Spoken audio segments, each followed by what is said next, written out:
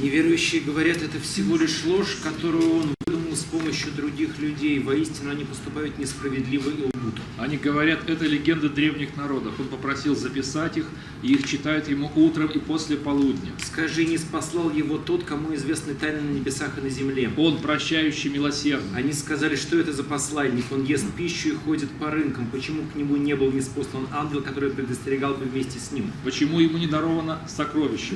Почему у него нет сада, из которого он бы вкушал?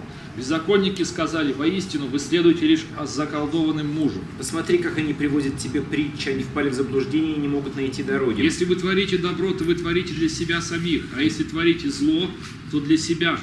Не знаю, любит ли он Жижик Галныш, но курицу точно любит. И вот Жижик Галныш можно делать с курицей тоже. Некоторые думают, что только с говядиной или с бараниной, но нет, с курицей тоже можно. Нужно.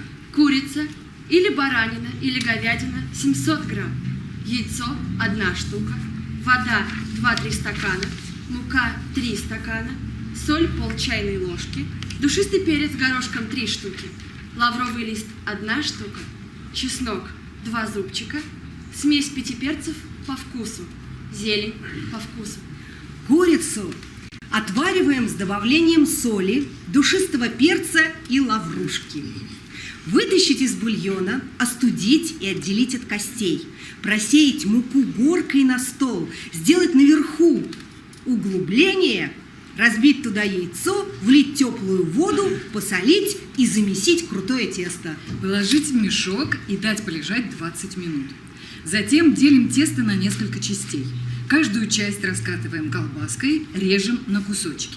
Каждый кусочек раскатываем в жгутики. Отвариваем галнаш в бульоне от курицы. Готовим соус. Чеснок пропустить через пресс. Перчим и заливаем горячим бульоном от курицы. На широкое блюдо ставим чашку с соусом, вылавливаем шумовкой галнаш и сверху выкладываем куски курицы. Галнаш макаем в соус и кушаем с удовольствием. Он все время с детьми играл. Он очень любил детей, и дети тоже его любят. Свои, чужие, все одинаковые. Разницы не было. Он очень любил и уважал детей. Он и старшую уважал, и младшую. Особенно женщин уважал. И его все уважали. Вот то, что там, вот там женщина, Наташа Истемирова, во главе, его это как-то совершенно не смущало. Он вроде бы традиционный человек, но вот наоборот, всегда вот какая-то у него была абсолютная лояльность, преданность. Просто меня вот эта вот преданность его всегда поражала. И я не раз говорила, что я просто завидую, что у нее есть такой сотрудник, вот такой товарищ. И вообще, он, конечно, фантастически надежный человек. Надежность. Надежность, преданность. Вот такие какие-то у него качества, так сказать, на первый план выходят. Ну, он скупой на всякое внешнее выражение. Он, в общем-то, почти никогда очень слабо выражает эмоции. Где-то можно видеть, что он там что-то... можно понять, что ему нравится, не нравится, но это не всегда далеко видно.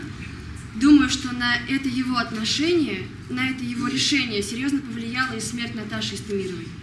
Я не могу точно сказать, какие у них там отношения в распределении ролей были, но мне кажется, что он, которому совершенно не важен никакой почет, никакая слава, ничего это не имеет никакого отношения, он старался держаться в тени.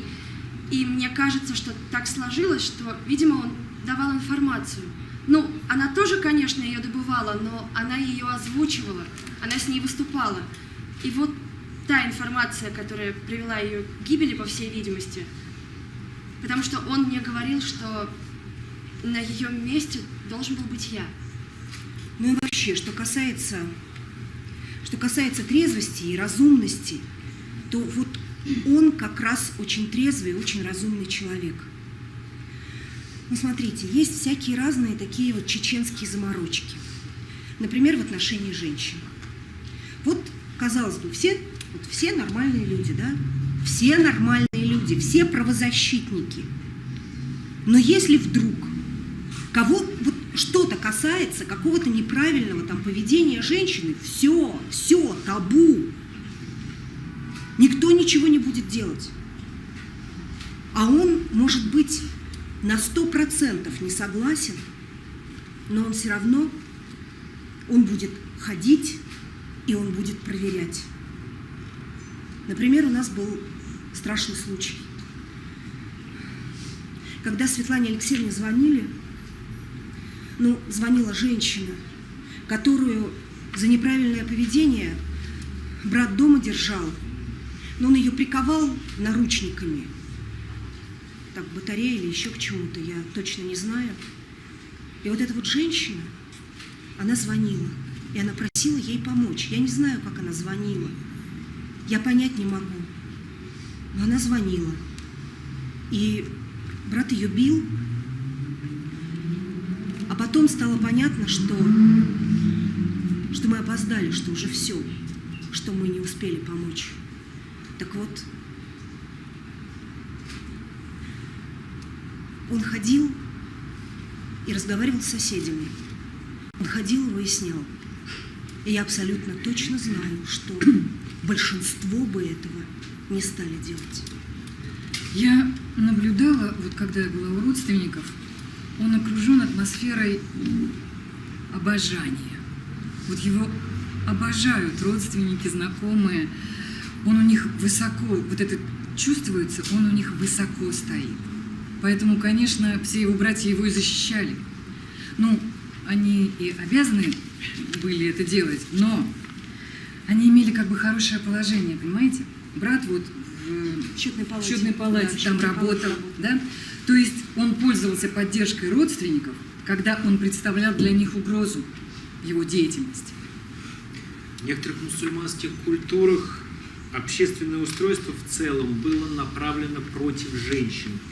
И истинному ученому приходилось бороться, чтобы внедрить в таком обществе исламские ценности справедливости и равенства всех людей. Вот один пример такого социального устройства – это фактически запрет входить в мечеть мусульман. И это, несмотря на четкое указание пророка Мухаммада, мир ему и благословение, не мешайте рабыням Аллаха ходить в мечети Аллаха. А также, несмотря на то, что пророк, мир ему и благословение, в своей мечети вел молитвы и для мужчин, и для женщин. Или еще один пример из современности. Во многих исламских странах женщинам не разрешено водить машину, несмотря на то, что мусульманки занимались подобным еще со времен супруги пророка Аиши, которая, по сути, провела целое сражение, сидя на своем верблюде. Называется «Битва верблюда», Маквият аль-Джамал. И таких примеров можно привести множество. Но точно так же важно и не путать ислам и историю исламского мира, который знал победы и поражения в том, что касается прав женщин. Мы, мусульмане, должны признать, что в истории исламского мира накопился немалый багаж поистине антиисламского отношения к женщине, с той точки зрения, с какой права женщины упоминаются в священных текстах и источниках исламского права. Вот, например, убийство чести, которое в некоторых регионах происходит и в наши дни, иногда во имя ислама, несмотря на то, что это обычай совершенно очевидно противоречит исламу и не имеет прецедентов в исламском праве. Кроме того, важно различать ислам и политику мусульман. Ислам как образ жизни, естественно, не может не охватывать и политику, и вопросы руководства. Однако политические посты, даже если их занимают на основании определенных исламских ценностей, не обязательно подразумевают соблюдение исламских принципов. И первое ощущение было, что работать мы не сможем вместе. Не слишком улыбчивый, говорит немножко сквозь зубы. Как с таким человеком работать? Тем более, что работа подразумевает постоянный контакт и на очень глубоком уровне контакт. Но постепенно, когда и он понял, что мы, в общем, заниматься собираемся и собираемся серьезным делом, стали постепенно складываться отношения. И вот тогда стало понятно, что, во-первых, это человек, который готов помогать и очень активно помогать, готов вмешиваться в ситуацию. А во-вторых, он, конечно, очень надежный человек, и с ним ты чувствуешь себя защищенным. А это в той ситуации, которая у нас очень, очень нужна. В общем, я бы сказала, вы же знаете, что на Кавказе существует культ мужчины, если говорить о мужчине. Вот я к этому культу отношусь не очень, но и вообще очень много и женщин надежных. Но вот это идеальный образ мужчины на самом деле. Хвала Аллаху, милостивому и милосердному, который велел людям быть сострадательными и милостивыми друг к другу и сделал это качество признаком имана. Восхваляем Аллаха за Его дары, которыми Он постоянно наделяет нас. И свидетельствуем, что нет иного божества, достойного поклонения, кроме Него. Нет у Него сотоварищей и совладельцев. Свидетельствуем, что наш пророк Мухаммад – верный раб Аллаха, его посланник и предводитель всего человечества, который наставил людей на прямой путь истины. Просим Аллаха благословить и ниспослать мир нашему пророку Мухаммаду, его семье и всем его сподвижникам, а также всем тем, кто последовал за ними, совершая добрые дела до самого судного дня. Рабы Аллаха, увещеваю вас и самого себя, будьте богобоязненными. Всевышний Аллах сказал: воистину Аллах с теми, кто богобоязнен и кто творит добро. Также Аллах сказал: обрадуй же моих рабов, которые прислушиваются к словам и следуют наилучшим из них. Также Аллах, велик Он и славен, пригрозил тем, кто не проявляет сострадания к людям, что Он лишит их своей милости. Пророк, мир ему благословение Аллаха, сказал: кто не проявляет милости к людям, к тому и Аллах, велик Он и славен, не проявит своей милости. Также он говорил: милосердие лишен только гиблый человек. Взаимная доброта друг к другу, качество, заложенное Всевышним в сердца людей с самого рождения, оно побуждает человека делать благодеяние другим, быть чутким к бедам людей, чувствовать их горе, не оставаться равнодушным к их несчастьям и стараться оградить их от этого. Милосердие – признак того, что в сердце есть жизнь. Это признак благородства души. Он попросил помочь такой группе беженцев, которые мы даже не знали совсем. Мы считали, что беженцы из Чечни – это беженцы, вот, которые в Дагестане, в Ингушетии, ну, по России, так сказать, ну, у нас в Москве. А была группа внутренних как бы беженцев, которые не пересекали границу Чечни. Ну, что называется… IDP. IDP, да. IDP, но даже IDP в отношении самой Чечни.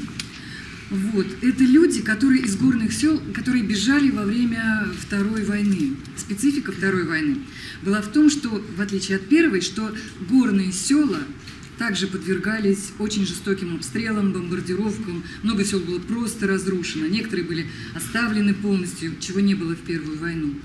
В Первую войну в основном Грозный, равнина, и люди бежали в горы. А тут наоборот, то есть движение было, так сказать, и в ту, и в другую сторону.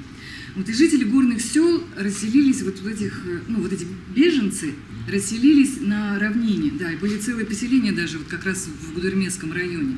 Вот. И он хотел, чтобы мы побывали у них и помогли им. Вот. И мы ездили, он нас возил по этим селам, и мы впервые, я не сразу оценила, но он, конечно, исключительно надежен. Он очень хорош как товарищ, он абсолютно идеален во всех деловых отношениях. Он никогда не опаздывает. И невозможно себе представить, что ты бы его о чем-то попросила, а он бы не сделал. Он бы забыл. Это вообще невозможно себе представить. Он про Первую войну все знает. Как, что происходило, абсолютно все события знает, все фамилии, знает, кто сколько заплатил взятки за что.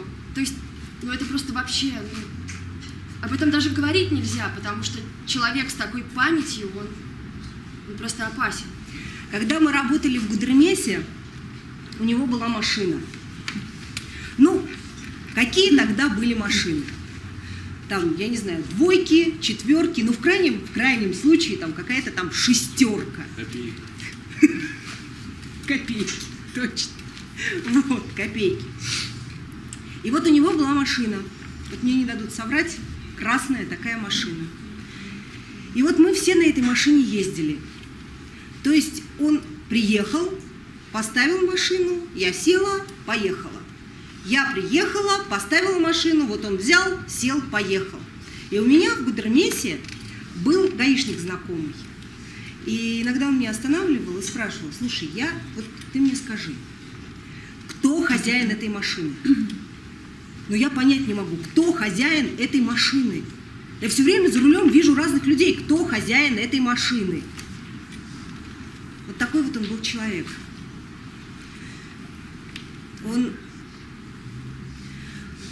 Он может все отдать, он машину может отдать. Такой он человек. В Коране содержится предписание, препятствующие тому, чтобы богатство концентрировалось в руках отдельных людей и сохраняющий определенный баланс в социуме с тем, чтобы отдельная социальная группа или несколько человек не могли сосредоточить в своих руках все экономические рычаги, воздействующие на общество. Добыча, которую Аллах вернул своему посланнику от жителей селений, принадлежит Аллаху, посланнику, родственникам пророка, сиротам, бедным и путникам, дабы не досталось она богатым среди вас. Берите же то, что дал вам посланник, и сторонитесь того, что он запретил вам. Бойтесь Аллаха, ведь Аллах суров в наказании. Харам зулми. Харам зулми – это такой харам, совершение которого наносит вред посторонним людям, кроме производящих, например, кражу. Совершивший харам зулми и поклявшийся впредь не совершать его, будет прощен Аллахом лишь в том случае, если простит пострадавший. Так вот, в категорию харам зулми входят обругать или даже оскорбить просящего милостыню, оказывать содействие в делах несправедливому или тирану.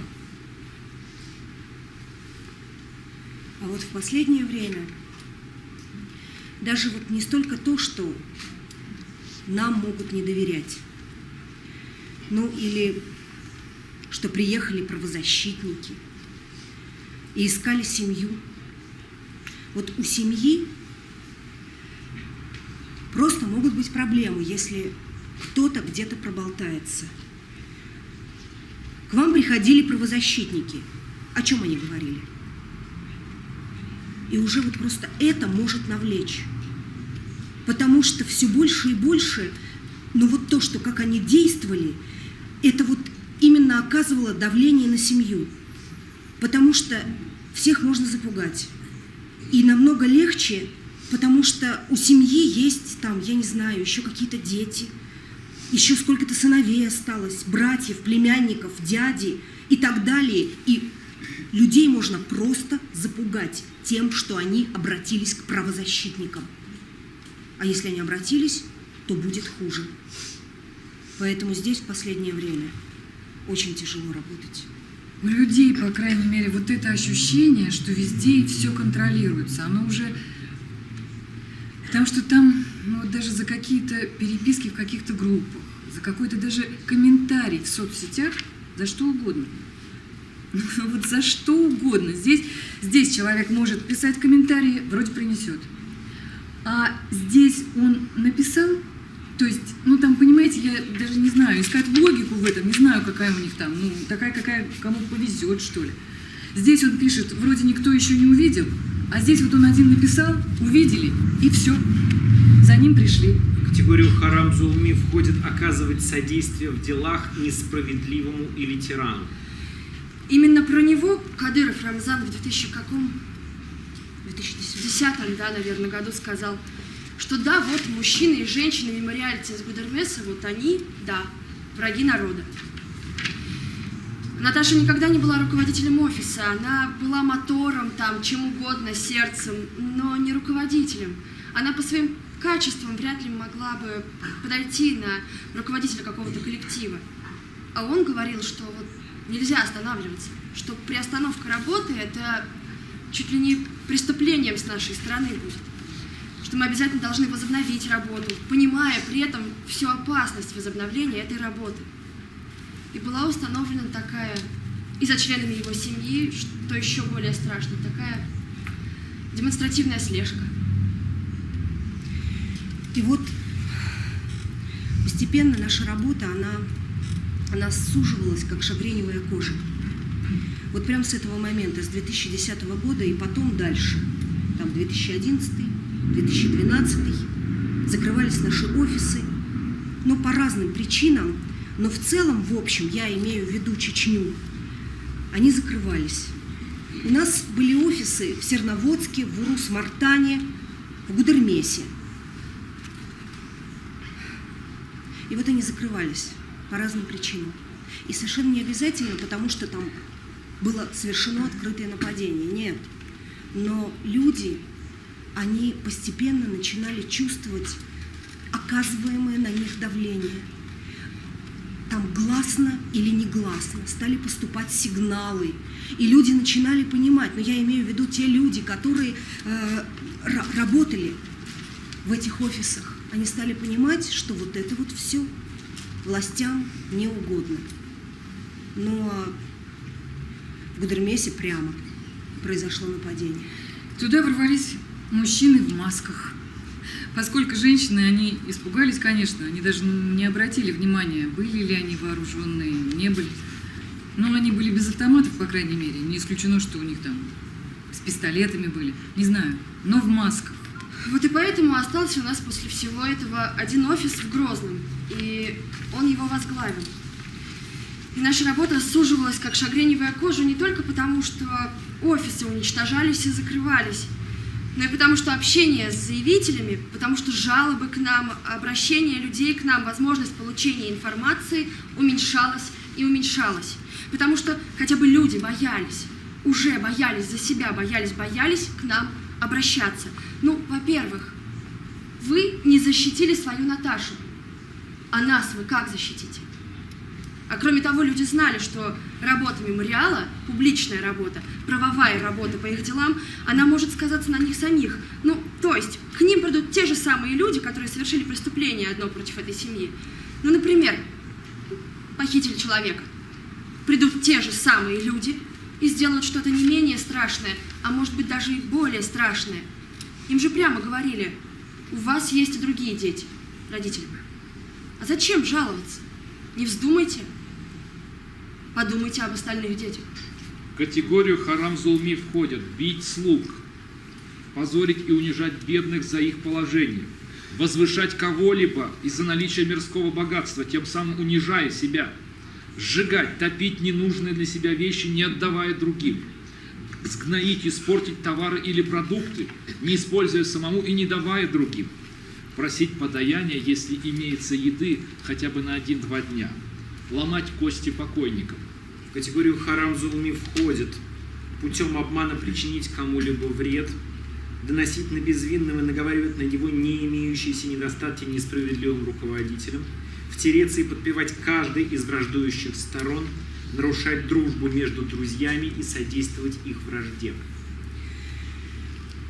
И работа поэтому становилась у нас все сложнее и сложнее. А он, как очень ответственный человек, все время спрашивал: ребята, вот заявители, да? Они пришли, они сообщили. Давайте думать так, чтобы сделать что угодно, лишь бы не подставить заявителей. Они нам сообщают информацию. Мы эту информацию можем передать дальше, можем там сообщить о чем-то. Но мы должны сделать так, чтобы не был известен источник информации. И давайте так пока поговорим. Хорошо, мы знаем о том-то и о том-то. Мы знаем о том-то и о том-то и там еще о чем-то. И мы сообщаем об этом. Но давайте подумаем, давайте трижды подумаем, потому что вот не дай Бог, на нас будет вина за то, что дальше случится с заявителями.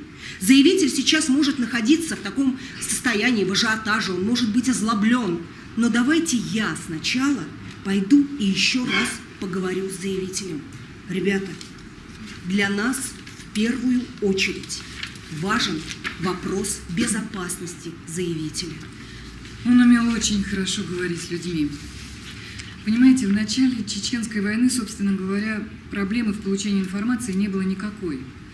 Вот приезжаем мы, русские, в сопровождении наших чеченских коллег в какое-то село, говорим там, и с нами сразу начинают говорить, сообщать, от одного дома поведут к другому, соседи к соседям, родственники к другим родственникам. И даже то, о чем мы не спрашивали, мы узнаем. А вот было еще, а вот на другом, не знаю, там, в конце села похитили человека, он исчез бесследно. А вот тот человек был в фильтрационном пункте, его пытали, может, он вам расскажет. И он рассказывал. Этот человек рассказывал. Люди говорили тогда. Это было, знаете, не помню, там страшное время, это был 2000-й. Да, это был 2000 год, когда зачистки и фильтрационные пункты, куда доставляли тысячи людей, сотни. И люди говорили. И в то время он работал, много, активно работал, так же, как в этих условиях и мы все. Но в последнее время, последние годы, вот эта ситуация уже сильно изменилась. Никто никому не хочет говорить. Никто никому не хочет сообщать. Боятся. Боятся. Приехать, вот я приеду русская в село, да, не то, что со мной говорить не будут. Со мной даже вот увидев меня, закроют двери и скорее всего не очень захотят пустить на порог. Потому что никто никому не доверяет. Потому что все боятся стукачей, которые расплодились со страшной силой. Потому что все знают, но понимаете, это как вот в сталинское время. Никто не знает, кто что про кого скажет, и никто не гарантирован от того, что его ночью не увезут, и он не исчезнет бесследно. Вот. Кстати, отступление интересное. Ведь, собственно говоря, когда в то время, вот в начале 2000-х, вот эти вот зачистки делались, на которые мы вместе с ним и выезжали, вот тогда мы тоже удивлялись, а что они делают? Хватают первых попавшихся всех мужчин, доставляют в фильтропункты, и потом только мы узнаем, о чем там их спрашивают. Ну, например, типа, где Шамиль Басаев? И вот откуда какой-нибудь крестьянин может знать, где находится Шамиль Басаев? И спрашивают всех подряд, бьют и спрашивают, кто тут боевик и так далее. Ну, и задавали совершенно подчас глупые вопросы, на которые заведомо данный человек не мог получить информацию. Ну, как-то, что ли, очень неизбирательно, глупо и тупо работали, задавая одни и те же глупейшие вопросы. Ну вот, не знаю, где прячется... Мы знаем, что у вас тут отряд Шамиля Басаева заходил. Где находится место убежища Шамиля Басаева? Вот. А на самом деле мы только потом поняли, что это была осмысленная тактика, даже не тактика, даже стратегия. Вот, понимаете, они доставляли вот этих вот людей, которых они прекрасно понимали, что львиную долю, никакой информации о них вообще получить не могут, но они их ломали. Они каких-то людей просто ломали и заставляли говорить хоть что-то, вот просто что-то сообщать. И я, насколько понимаю, на первых этапах их вообще не интересовала правдивость информации. А это не важно. Понимаете? Это не важно. Вот ты взял и сообщил, что там кто-то, допустим, даже в твоем селе, он что-то там сделал. И все, я не знаю, там под пытками. Ты закричал: да, вот этот вот человек, боевик, и все. Его взяли, схватили, увезли, и все, он пропал. А ты становишься их заложником. Потому что потом к тебе придут и скажут: а что такое? Это же ты сказал. Это же ты сказал, что он заложник. И мы, боевик, да, а мы расскажем, и ты теперь станешь у нас заложником. Ты станешь у нас заложником, потому что если они узнают, что это ты сказал, то кровь падет не только на тебя, кровь падет на всю твою семью. Так что давай думай о своих детях, думай о своих братьях, думай о своих дядях, думай о всех, кто у тебя остался. И вот таким вот образом тогда еще, в 2000-х годах, составлялась вот эта вот сеть информаторов. Потому что у федералов Чечня – это была совершенно неизведанная территория, такой черный ящик. Они ничего не знали, они никого не знали, эти федералы. Никакой информации. И информаторов у них не было. А вот таким образом, ломая людей и заставляя их говорить хоть что-то, они составляли эту сеть. А потом, когда они передали функции незаконного насилия, созданным ими же, вот этим незаконным вооруженным формированием, прокремлевским вооруженным формированием, состоявшим из чеченцев, вот там, не знаю, их было несколько конкурирующих, они меняли ситуацию в том смысле, что передавали им и свою сеть информаторов. А это были все-таки местные чеченцы. Я имею в виду вот эти незаконные вооруженные формирования, это все-таки местные чеченцы. Они понимают значительно больше, чем любой федерал, сюда приехавший, даже работающий здесь сколько угодно долго, да? И имею уже эту созданную структуру, сеть информаторов, все, они могут создавать вот эту атмосферу страха. И вот последние годы вот это вот все и создало вот эту вот совершенно ужасающую атмосферу страха в Чечне, которая несравнима по сравнению вот по страху вот с теми временами, когда там исчезали каждый год тысячи людей. Сейчас исчезает гораздо меньше, но страха гораздо больше. Вот именно поэтому. Потому что вот эта система, и система доносительства, и система, в которой каждый думает, что про него власть все знает. Ты шепотом там что-то сказал на кухне, а уже там начальник знает уже, что ты сказал. Вот. И вот в этой вот системе в последнее время ему приходилось работать. В категорию харам зулми входит давать обещание, если в мыслях не намерен его выполнять. Без разрешения читать чужое письмо, записку. Отказаться давать свидетельские показания, в то время как являешься истинным свидетелем. Выдавать себя за свидетеля и давать ложные показания. С целью обмана давать вредные советы. Путем обмана с целью выявления чужих секретов вести с человеком душевные разговоры. Для обмана подбадривая и похваляя показывать свою дружбу. Нарушать взятое обязательство, слово. Вышестоящим органам, руководителям допускать жестокость и несправедливость по отношению ко всем подчиненным лицам. Мне было крайне сложно вернуться к нормальной жизни. Я лечился очень долго, психолог и переводчик плакали на каждом приеме. Еще у меня из-за плена возникли там проблемы с памятью. Потому что ежедневно вбивали в голову одно и то же.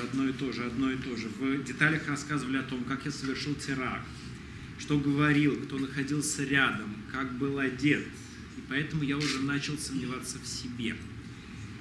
Потеря реальности такая произошла.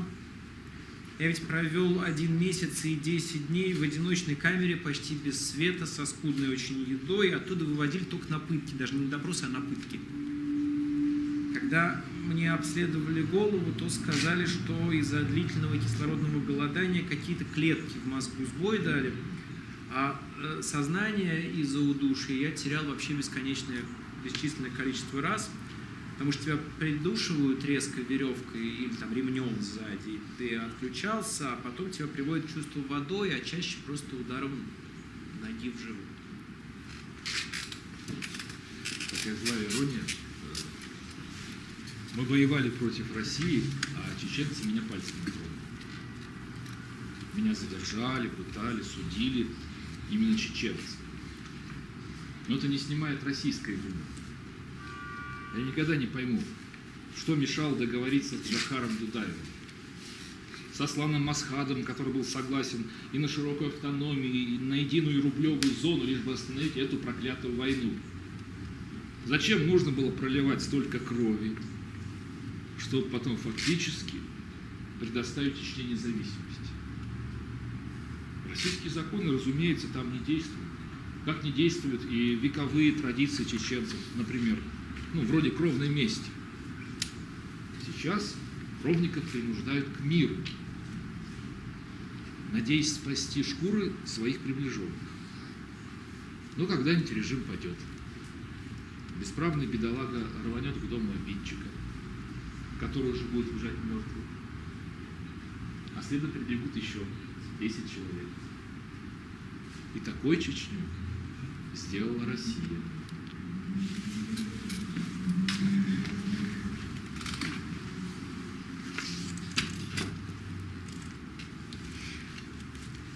Лепешки Чепогаш. Нежные лепешки с творожной начинкой пекутся на сухой сковороде и пропитываются растопленным сливочным маслом. Необходимые ингредиенты: кефир, сыворотка или простокваша 800 мл, сода пищевая 1 чайная ложка с верхом, мука пищевая, соль 1 чайная ложка с верхом, творог домашний, не соленый 800 грамм, яйцо куриное 2 штуки, лук зеленый 1 пучок, масло сливочное 400 грамм. Приготовление.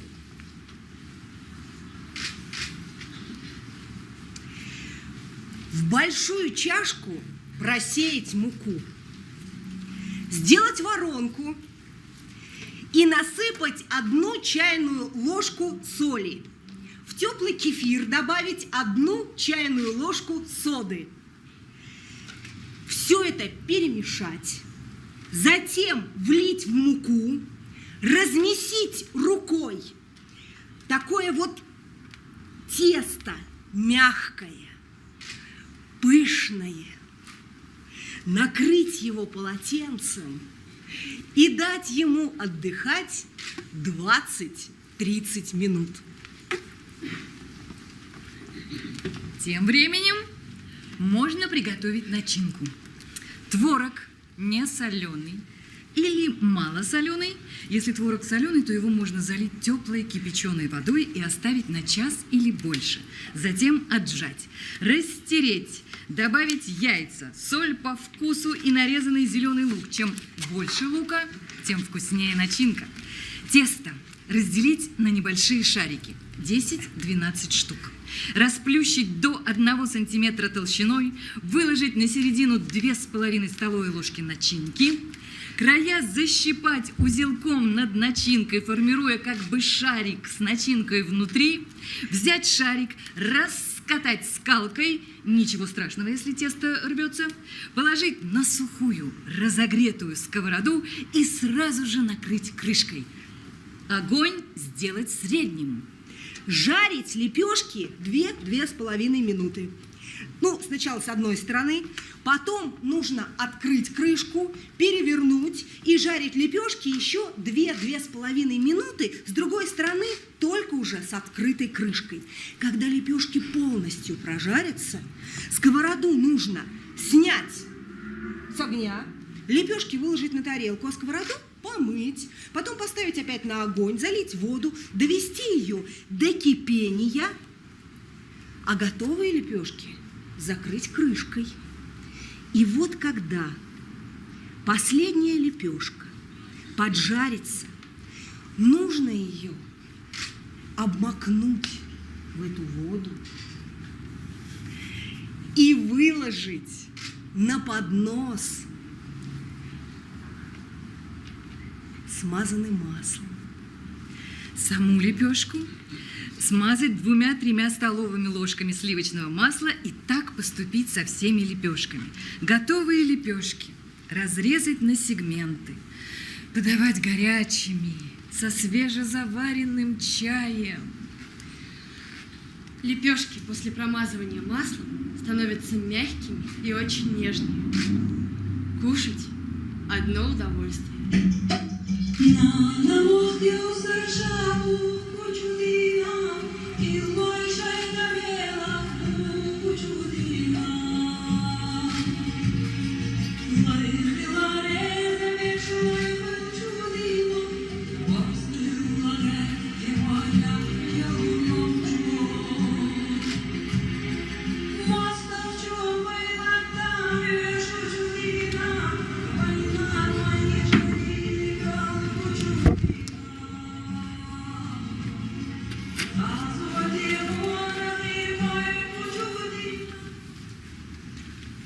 В 1994 году муфти Чеченской Республики Саид Ахмед Алсабеков отказался от джихада, за что был расстрелян.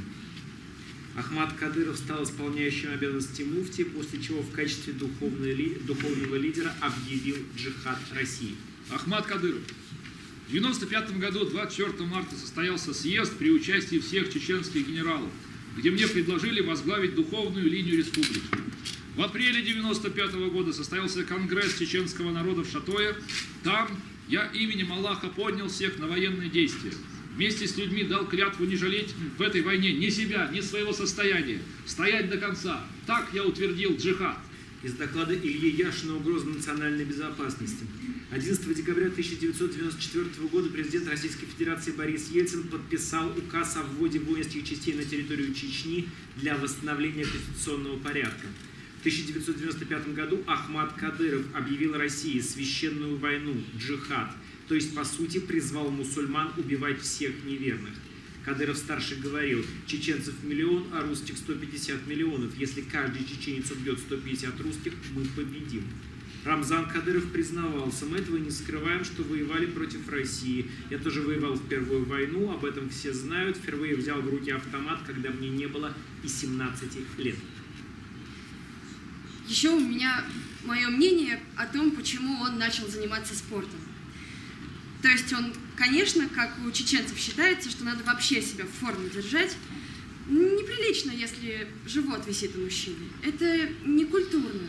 Это не то чтобы некрасиво, это не культурно. Колхозник, вот они скажут, колхозник. В общем, поэтому как бы это положено. И они все качаются. И он учитель физкультуры. То есть, конечно, он к этому имеет отношение всегда. Но с какого-то момента. Но, конечно, у них не всегда там были, это сейчас появились спортзалы, а была же война, и никаких там спортзалов не было. Ну, как-то я не сразу об этом задумываться стала. В общем, конечно, он очень занятой человек. Он каждый день ездит из Курчелоя в Грозный, а потом обратно. Ему 60 лет, а он каждый день ходит в спортзал. Вот я очень долго не могла понять, зачем такая вот необходимость. Знаете, какая моя версия? Ну, понятно, что это мое мнение, мы это никогда не обсуждали, вообще не обсуждали никаких личных вопросов, но это моя версия. Он готовился. И вы знаете, когда он последний раз приезжал, он уже приезжал такой раскачанный, прям как шкаф. Какое-то время я просто недоумевала, но потому что в любом случае, просто вот в том случае, к которому он готовился, он ведь никак не сможет их одолеть. Он никак не сможет одолеть своих противников. Потому что, во-первых, они вооружены, они молодые, их много, и они тоже в очень хорошей физической форме. И я все время думала, зачем? И вдруг я вспомнила. Однажды наш учитель, один из тех учителей, с которыми мы, участник нашего проекта, тоже очень приятный человек, как-то рассказывал о каком-то своем односельчанине, которого какое-то очередное похищение. Там человека засунули в багажник автомобиля. И он так сказал: меня они в багажник живым не засунут. То есть человеку важнее избежать унижения, чем смерти. Мне кажется, что вот на этот случай, именно на тот, чтобы попытаться избежать унижения, а не смерти, он себя таким образом и готовил. Иначе я не могу это объяснить. У него же морально-этический кодекс на высоте. Вот что надо и что не надо. При нем даже покурить было невозможно. Он просто это не одобрял. Я уже не говорю о какой-то там выпивке. Нет, конечно, если за столом сидят люди других национальностей, то он к этому может отнестись толерантно. Но если я за столом сделаю что-то такое, он осудит. Он, конечно, ничего не скажет, но он всем видом даст понять, что это плохо. Внутренний джихад. Фраза «внутренний джихад» означает усердие верующего в попытке прожить свою жизнь в согласии с законами мусульманской веры. Мусульмане прилагают большие усилия, чтобы жить в соответствии с наставлениями Аллаха, следуя законам веры, посвящая себя Аллаху, делая всевозможное в помощь другим. Для большинства жизнь по законам Бога является в значительной степени борьбой. Бог установил высокие требования, и верующие должны бороться со своими эгоистичными желаниями, чтобы жить согласно этим требованиям. 5 столпов ислама в качестве джихада. 5 столпов ислама в этом смысле образуют особый джихад, так как, выполняя их, мусульманин становится ближе к Аллаху. Также джихад для мусульманина может выражаться в следующем: изучение Корана, заучивание его наизусть или занятие другими религиозными науками, преодоление таких чувств, как гнев, жадность, ненависть, гордость или злость, работа во имя социальной справедливости, прощение тех, кто причинил им боль, разногласия по поводу основного джихада. Говорят, что пророк назвал внутренний джихад основным джихадом. По возвращении из битвы пророк сказал: мы покончили с меньшим джихадом, пора начать большой. Он пояснил своим последователям, что борьба с внешним врагом является меньшим джихадом, а борьба с самим собой является основным джихадом. Война не считается джихадом, если ее целями является принуждение других народов к принятию ислама, покорение других народов с целью их колонизации, завоевание территорий с целью экономической выгоды, урегулирование конфликтов, демонстрация могущества правителя. Допустимые причины военного джихада: самозащита, укрепление ислама, защита свободы мусульман и их вероисповедания, защита мусульман от гнета, включая свержение тиранического правителя, наказание врага, нарушившего мирный договор, борьба с несправедливостью. Чтобы иметь законную силу, военный джихад должен следовать очень строгим правилам, таким как: война всегда должна быть начата противником. Целью войны не должен быть захват территории. Война должна быть во имя добра, всего того, что одобряет Аллах. Перед тем, как прибегнуть к войне, необходимо попытаться решить проблему любым другим возможным путем. Нельзя убивать невинных людей. Нельзя убивать или причинять вред детям, женщинам или старикам. Нельзя насиловать женщин. Необходимо справедливо обращаться с врагами. Необходимо обходиться с ранеными вражескими солдатами наравне со своими. Война должна быть прекращена, как только враг попросит мира. Нельзя наносить ущерб имуществу и запрещено отравлять колодцы. Современные аналогии служат использованию химического или биологического оружия. Во многих сурах Корана говорится о борьбе. Некоторые из них выступают в поддержку мира, в то время как другие имеют очень воинственный настрой. Кстати сказать, Библия проявляет похожее многообразие отношений к войне. Сражайтесь на пути Аллаха с теми, кто сражается против вас, но не приступайте к границ дозволенного. Воистину, Аллах не любит преступников. Коран, сура 2, аят 190. Тем, кто подвергается насилию, дозволено сражаться, защищая себя от насилия. Воистину, во власти Аллаха помочь им. Коран, сура 22, аят 39. Если враг склоняется к миру, тогда иди ему навстречу и полагайся на Аллаха. Он поистине все слышит и обо всем знает. Коран, сура 8, аят 61. Ну, подкинули бы ему пистолет. Но это бы значительно как-то реальнее бы выглядело. Ну вот правда. А то наркотики и он столько людей знал. И все эти люди знали, что он даже дым не переносит. Он и наркотики. Это вообще непостижимо. Это вот просто невозможно визуально. Я думаю, взяли бы пистолет. Пистолет. Но у них же по накатанной. У них как это? Пакет лежит 180 грамм. И все. Из сейфа. Туда-сюда. И он понимал эту всю кухню тюремную. Он всегда смотрел на проблему изнутри, из тюрьмы.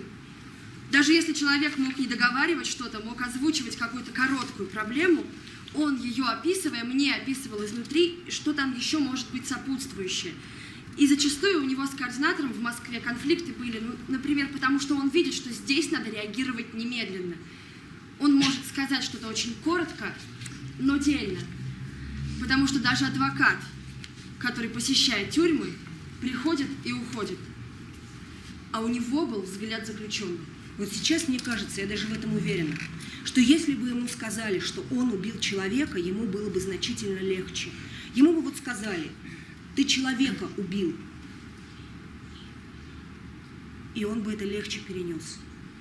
Но вот то, что ему подкинули наркотики, это для него очень тяжело. Каждый год, начиная с 90-го, каждый год, месяц, день, когда это было, что в этот день было. Если там, допустим, убили кого-то, буквально все помню.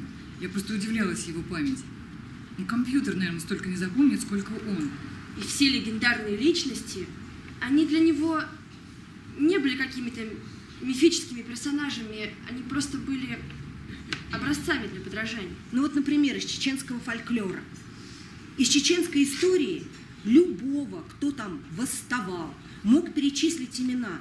Любого, кто восставал открыто, восставал против несправедливости. И я так понимаю, что, я уж не знаю, осознанно или неосознанно, но он свою жизнь сверял с этими именами.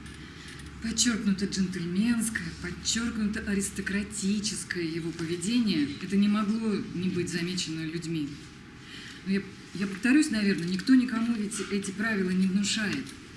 Но человек, который как-то их соблюдает, он пользуется уважением людей. И это уважение, видимо, заразительно. Я видела, как он заботится о своих работниках в мемориале, о своих коллегах. Были случаи, когда люди ходили под какой-то угрозой или опасностью. И я вас уверяю, мне приходилось бывать рядом с ним в такие моменты. Он ни в коем случае не думал о себе никак, а в первую очередь заботился о том, чтобы его работники не попали под какую-нибудь угрозу, а о себе вот уже в последнюю очередь. И был у нас с ним такой разговор, ну вот, когда уже совсем дела жесткие пошли, вот, ну вы, наверное, в курсе, там были такие моменты, когда ему нужно было срочно уехать куда-нибудь, я не знаю. И вот был у нас с ним такой разговор. Многие ему предлагали уйти с этой работы.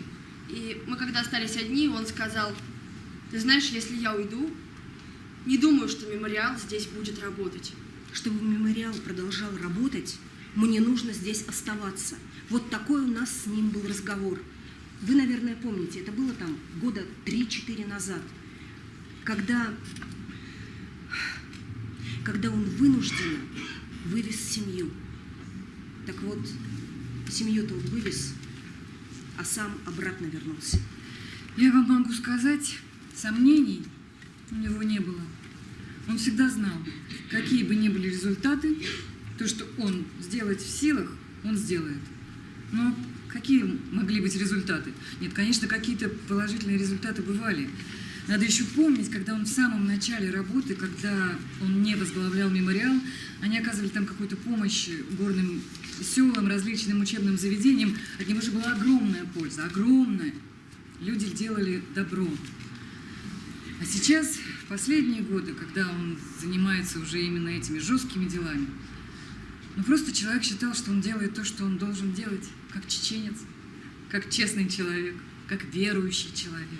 Да просто человек был уверен, что поступает правильно, и все, тут там вопросов не было, он не страдал от этого. Но я вам скажу, от чего он страдал. От того, что происходила постепенная переоценка ценностей у всех остальных людей вокруг. Не по отношению к его работе, а по отношению к властям, которые держались и держатся на крови. Люди как-то стали привыкать к этому, и каждый оставался относительно спокойным до тех пор, пока беда не постучится конкретно в его дверь.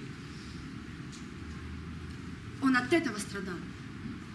От равнодушия, которое все больше проявлялось в наших людях. От равнодушия друг к другу. От равнодушия к чужой беде.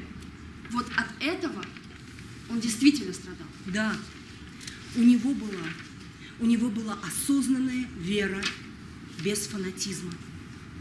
Поэтому он скорее не на словах своим родным и близким показывал, как надо жить.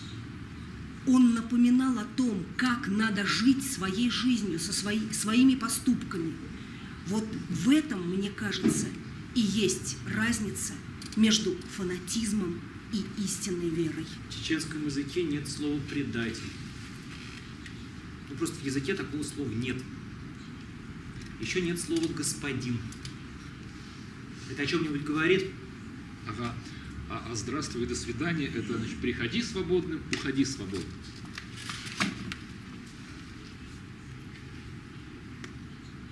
Аюб Салманович Титеев родился в Киргизии 24 августа 1957 года.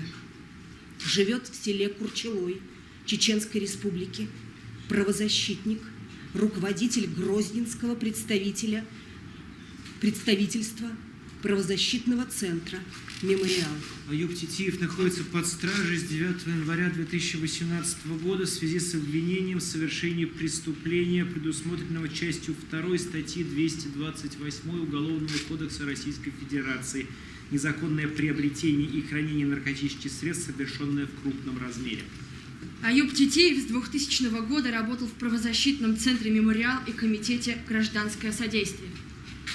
Аюб Титеев вел мониторинг нарушений прав человека и преступлений, совершаемых в ходе контртеррористических операций в Чечне, Принимал участие в социальных проектах, направленных на развитие горных районов Чечни и помощь заключенным чеченцам в тюрьмах России. Аюб Титиев стал руководителем Грозненского офиса мемориала в 2010 году, сменив на этом посту Наталью Эстемирову, которая была убита 15 июля 2009 года. 2268 человек получили помощь мемориала за последние 9 лет. Мы очень хотим когда-нибудь, однажды назвать все эти имена. Но сейчас мы не можем этого сделать, потому что мы очень за них боимся.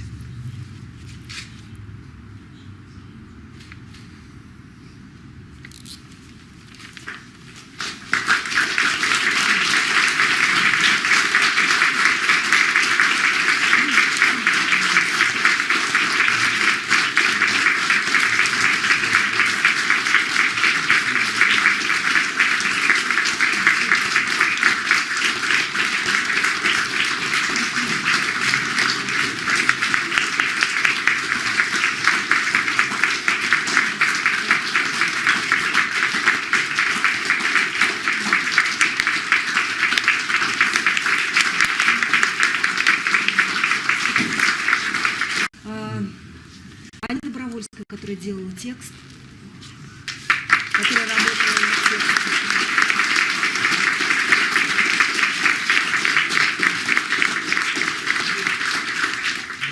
Валентин Самохин.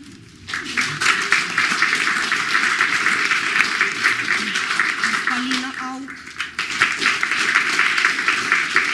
Константин Кожевников. Лада Исмагилова. Юлия Аук.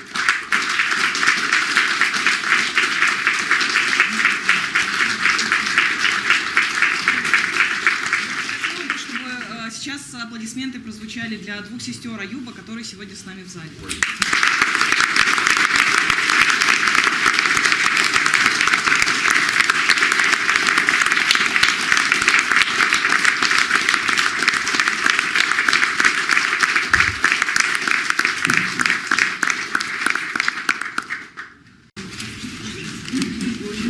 Пожалуйста.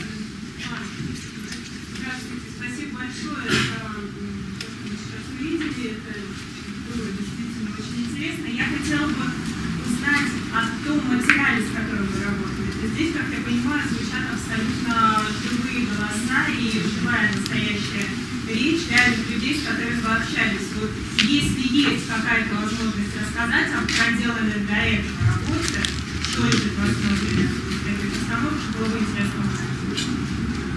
В основе этой постановки лежат интервью с коллегами Аюба по правозащитной деятельности. К сожалению, их имена мы называть не можем. Тоже из соображений безопасности. А еще была работа, которая была проделана с текстами законов, шариатом и адатом. Шариат, да. То есть вот то, что в основном транслировали наши мужчины, это реально озвученные законы.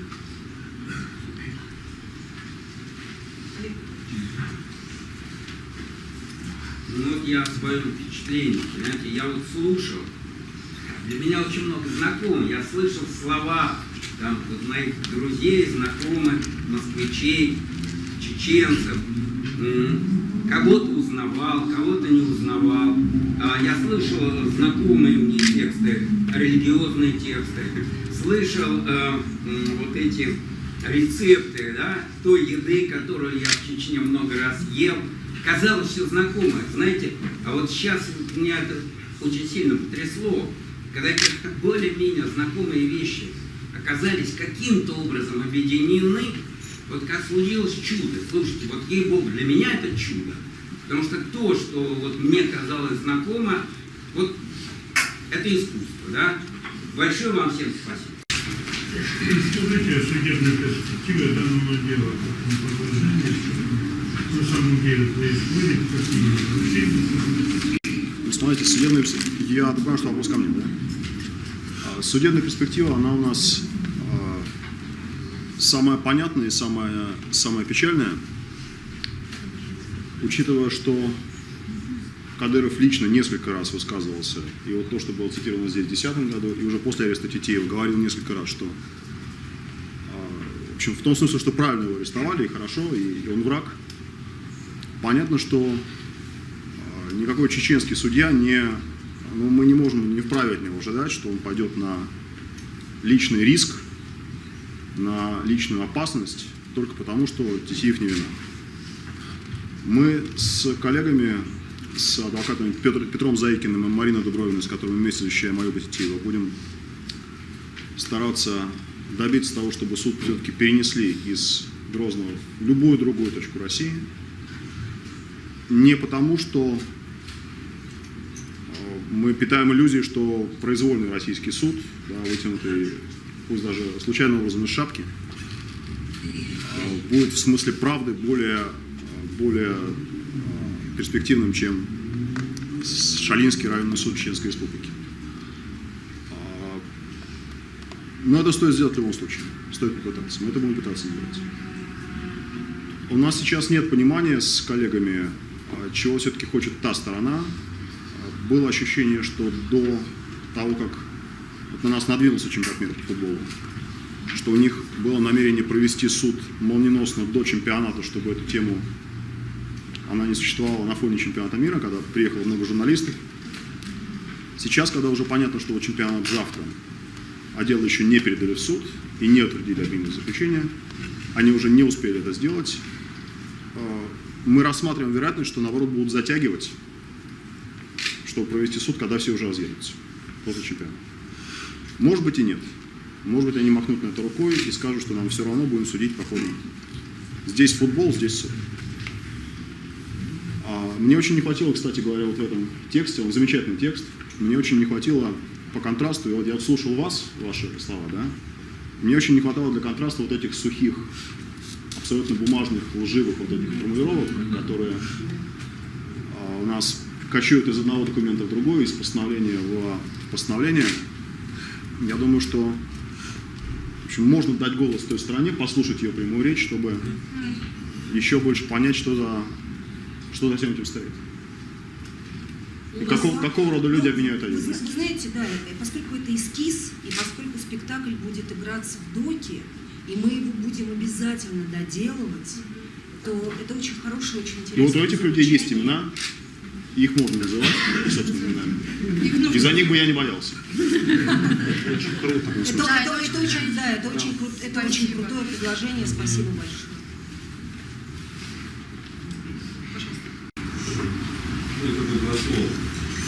Во-первых, большое спасибо за спектакль. Я не ожидал, что он будет такой сильный, такой выразительный, потому что они уже говорили.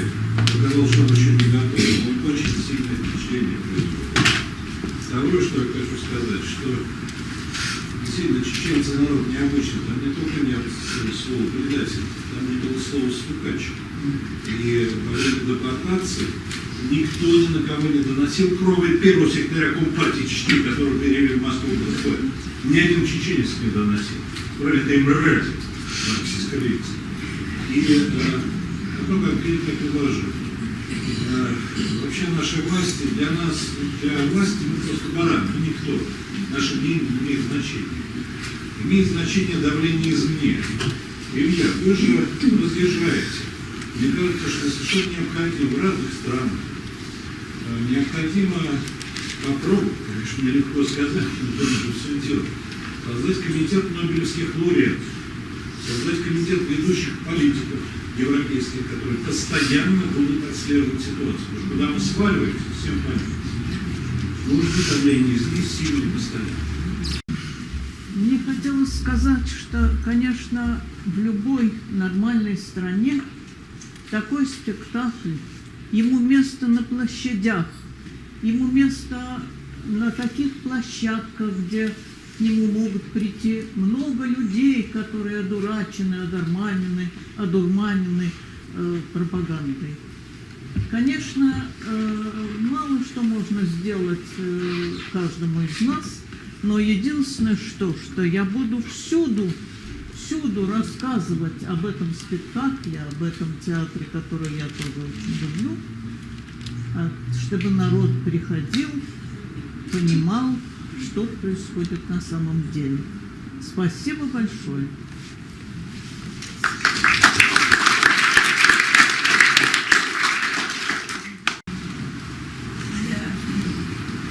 Очень благодарна за ваш такой содержательный спектакль. И вы так сумели поднести, показать образ моего брата, таким, какой он сеял характера, образ истинного Аюба. Не просто слов выразить. Вот. Во-вторых, вы так артистично прям тронули душу у нас. Я вам очень благодарна за это. Спасибо большое, что принимал участие. Кто болеет за него. Я вижу, вы все болеете. Спасибо вам. Спасибо вам. Спасибо вам.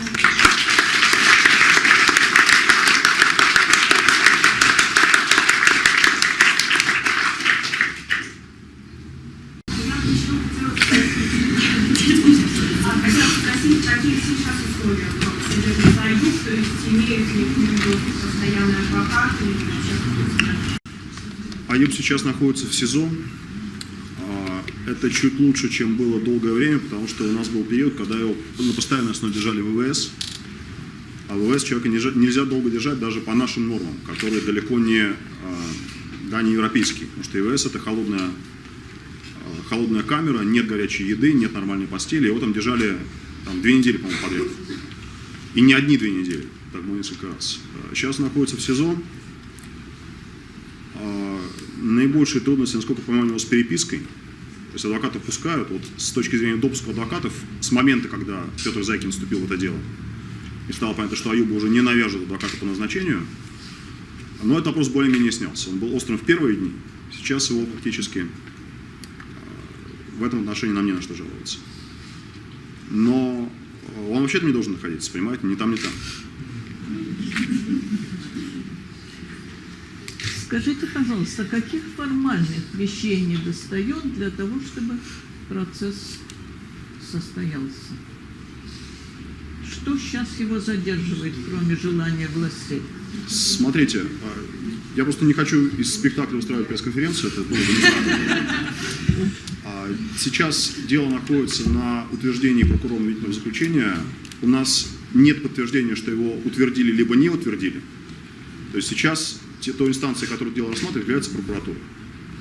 Возможно, они уже приняли какое-то решение, но нас о нем не известили. Обвинительное заключение вручается за 7 суток, то есть единственное, что я могу сказать, то, что в ближайшие 7 дней процесс Аюба Титиева не начнется по существу. Сверх этого я ничего добавить не могу.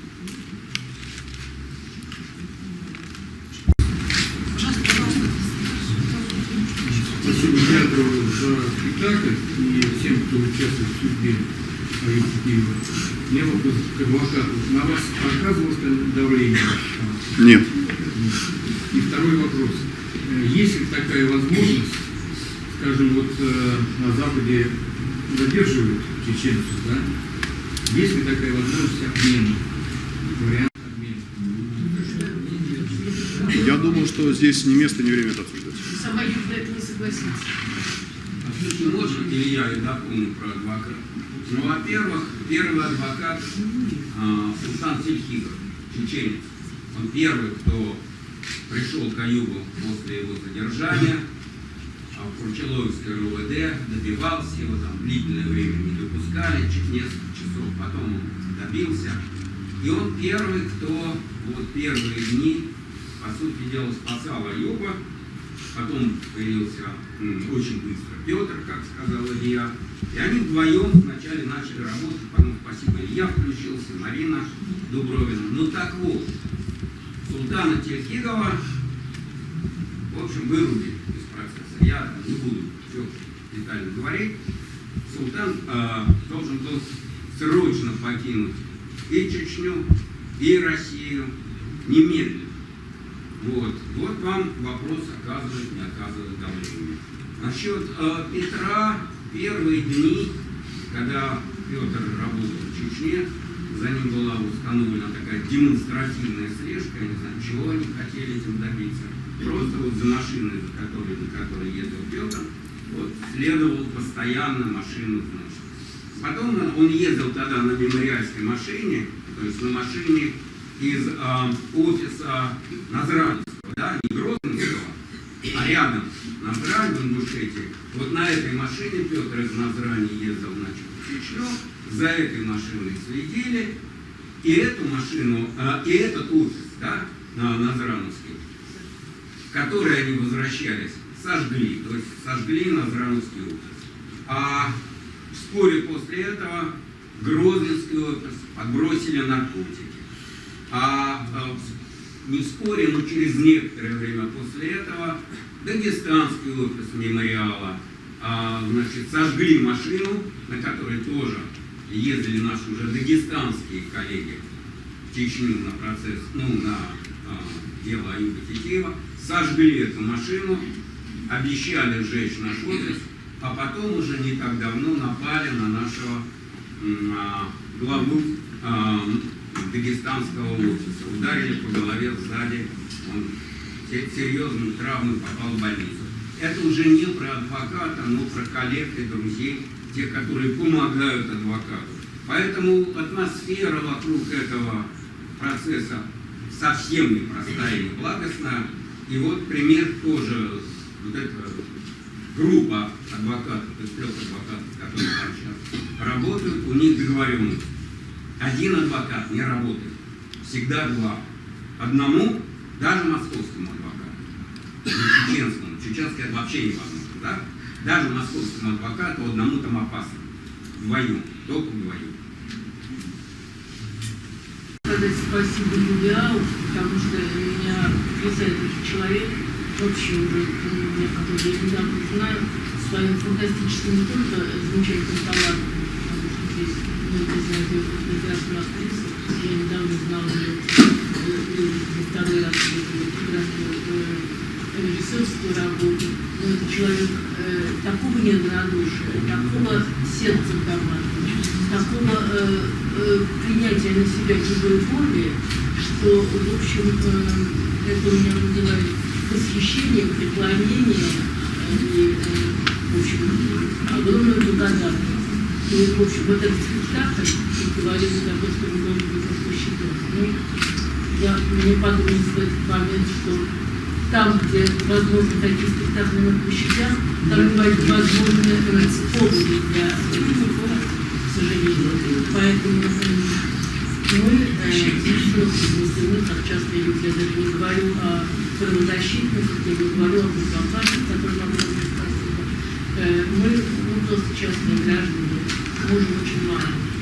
Но мы не должны молчать. Мы не должны молчать, каждый на своем, пусть в мизерном сегменте, где может возвысить свой голос, ходить в суды, я имею в виду в данном случае превышение официального искать неотложных заседаний. И вот этот спектакль, это вклад в это немолчание, огромный вклад, который внесла Юля, сейчас это количество людей лингвистов, а потом еще из этих маленьких лучей, пусть это зародыш, пусть это пока утопия, но все-таки это какая-то возможность прорастания общественного мнения, создания гражданского общества, вывода нашей страны из той вот спячки, из той какой-то общественной амнезии, в которой забывают люди. Потому что это очень важно. И плюс то, что это не просто митинг какой-то, а что это обучено в художественной форме, что это называется, что это не существует какие-то цифры информации, а что это сделано языком искусства, чтобы в этой скупой конечной форме все равно я думаю, хотя там знала про это дело, следила за ним, слушала все, но отзыв человека для меня только сегодня открылся. Что это за человек? Вот эти подробности, вот это его характер, это личность. Это то, что задевает эмоционально, то, что заставляет человека включиться, это вот то, что может сделать только искусство. Просто тебе есть покой.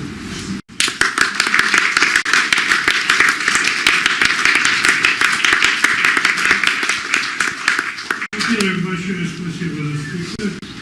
Хотелось бы, конечно, чтобы его сняли на видео, показали по интернету. И если расскажите, где вы выступали с этим спектаклем, какие у вас планы, в фестивалях он каких-то участвовал. Это первый показ, сейчас вы первый зритель. Потом, Видео планируете показать? Вот, собственно, трансляция делается, и она у нас смотрят люди онлайн, надеемся, и потом это можно будет посмотреть. Ну и потом мы собираемся играть. Да, и мы его собираемся играть в театре ДОК. Да, в театре ДОК он будет играть. Собственно, я хотела бы еще сказать, что этот спектакль собиралась сделать Елена Анатольевна Гремина, но, к сожалению, не успела. А у театра ДОК есть? Вот про это давайте сейчас тоже. Да, давайте. Огромное спасибо театру ДОК. Вот если говорить о солидарности, то театр ДОК, который дважды понес тяжелейшие удары, но театр ДОК выражает солидарность с другими. Раз. Два. Мне очень приятно видеть русских людей, которые играют чеченцев. Потому что, к сожалению, у нас чеченцев последние N лет изображают каких-то не тех. Даже Чубайс говорил, что все чеченцы идеальны, никто их на кого не стучал. На самом деле и тогда партийный и хозяйственный аппарат обеспечивал депортацию, лишь потом убыл. И сейчас аппарат, который обеспечивает все то, что стало причиной нашего нынешнего собирания здесь. Хорошие и плохие люди есть везде. Но очень хорошо для нас является, что мы познакомились с замечательными, работали с замечательными, с хорошими, с лучшими людьми. И замечательно, что хорошие и лучшие люди знакомят с этими хорошими, лучшими чеченцами других. Вот этого хотелось бы больше, но не по таким поводам. А пока еще раз спасибо тем, кто в очень тяжелых условиях для себя заботится и о других. Спасибо за эту солидарность. Давайте подумаем, как нам дальше еще и помогать театру ДОК. Не только с этим спектаклем, но и дальше с помещением и вообще. Спасибо за поддержку. Мы будем...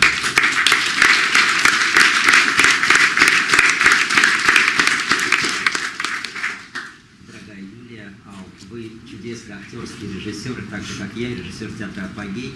Вот, можете произвести чудо. Вы погрузили нас в такой магнетизм, в такую ауру самоотдачи, энергетики, боли, страсти и мудрости. Потому что каждый из нас может оказаться по ту сторону жизни. И знаково то, что блестящий человек, Аюб Тити, становится не просто для кого-то неким узником совести, а становится личностью титаном. Потому что когда титаны и культура говорят от первого лица, их голос всегда будет услышан. Это очень великая мудрость. Здорово, что у вас с точки зрения драматургии была показана чеченская культура, музыка, мелодика, прекрасные девушки, костюмы. Это вот нужно продолжать. Я думаю, что украшением спектакля станет какие-то, может быть, видеоряд или визуализация из биографии Аюба. Вот мы это делали в своих спектаклях. Поэтому вот мы будем счастливы, если вы окажете нам честь и покажете эту полную версию спектакля на фестивале «Апогей Фест». Я буду очень счастлив, как один из продюсеров, организаторов, то, что мы с вами обсуждали в Фейсбуке. Вот. И я вижу добрые глаза госпожи Светланы Галушкиной. Мы тоже обсуждали вот эти некоторые моменты с Чечней связанные. Это дикая боль. Как вы правильно сказали, что Чечня – это индикатор всей России. Ее интолерантности, ее ужасающего сползания от авторитаризма в тоталитаризм. И поэтому спасибо огромное за то, что вы есть. Не сдавайтесь, мы с вами. Спасибо. Приехала полиция. Они, наверное, перепутали залы.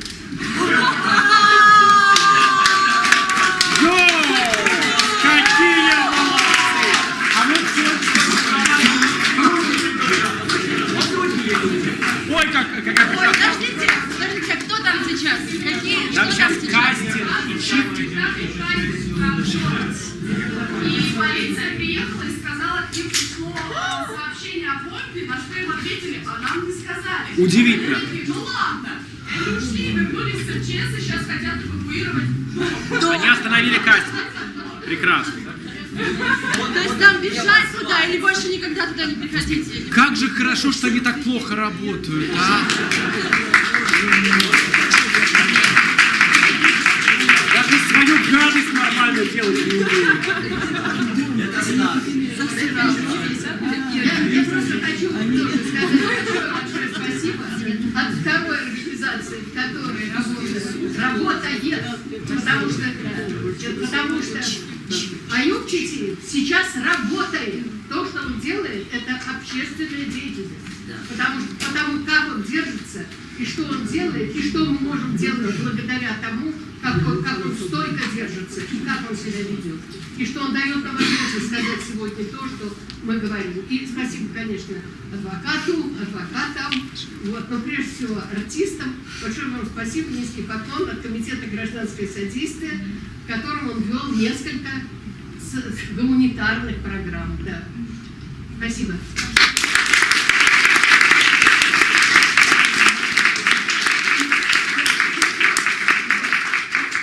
Здесь прозвучало пару раз «был». Так вот, не «был», а «есть». И не «вел», как я сказала, а «ведет».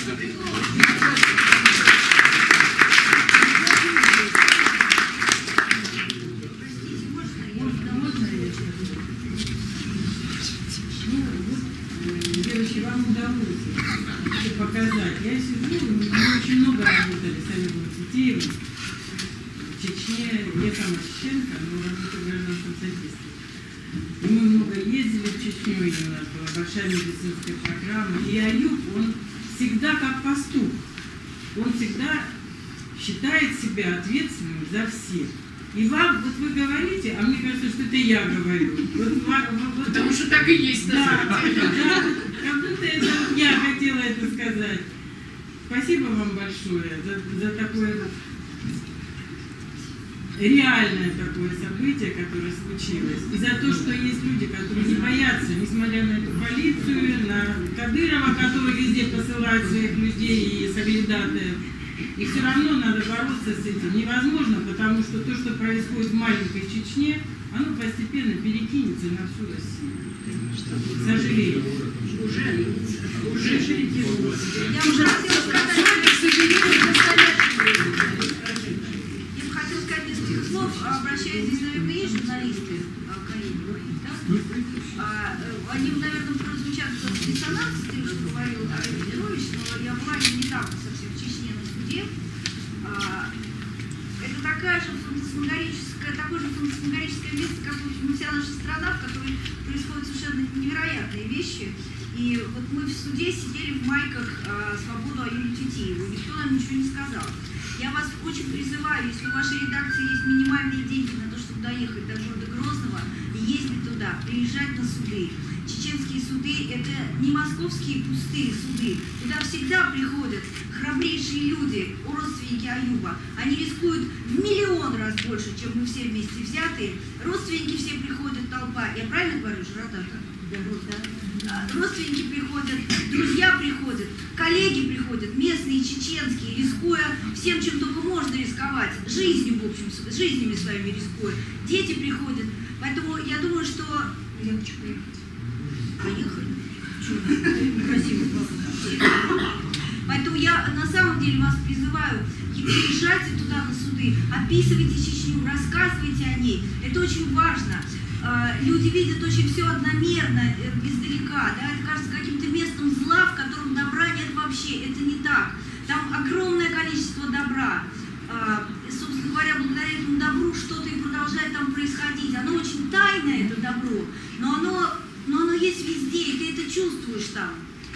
Еще раз, ничего страшного в поездке в город Грозный нет. Это субъект Российской Федерации. Не будем об этом забывать. Олег Петрович, я сидела рядом с вами. Я здесь. Статья написана, убийцы пока не звонили. Они просто если есть возможность пишите и о суде, и о Чечне. Особенно те, кто ходит в суды в Москву. Вы увидите, насколько разная обстановка. Вы увидите, как ни странно, как вежливо и любезно все в суде разговаривают. То есть внешняя картинка. Ну, Олег, я же говорю о том, что я видела, что когда я была, да? Внешняя картинка очень сильно, такая очень благостная, да? Мосгорсуд и Басманный — это два мира разных. А результат всегда миры разные, а результат один. Но говорить об этом нужно, и я думаю, что каждое сказанное слово, каждая написанная трехстрочная информация — это маленький-маленький камешек, размером с галечку, но это маленький камешек в дело освобождения Аюба. Спасибо.